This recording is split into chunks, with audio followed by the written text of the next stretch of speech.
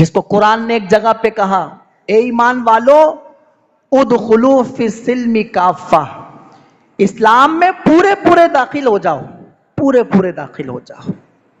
علامہ نے اس کو کہا، خرد نے کہہ بھی دیا لا الہ، کیا حاصل؟ خرد نے کہہ بھی دیا لا الہ، کیا حاصل؟ دل و نگاہ مسلمان نہیں تو کچھ بھی نہیں۔ آپ سمجھنے کے لیے کہہ سکتے ہیں، اگر خرد کا لفظ مشکل لگے، زبان نے کہہ بھی دیا لا الہ تو کیا حاصل؟ دل و نگاہ مسلمان نہیں تو کچھ بھی نہیں۔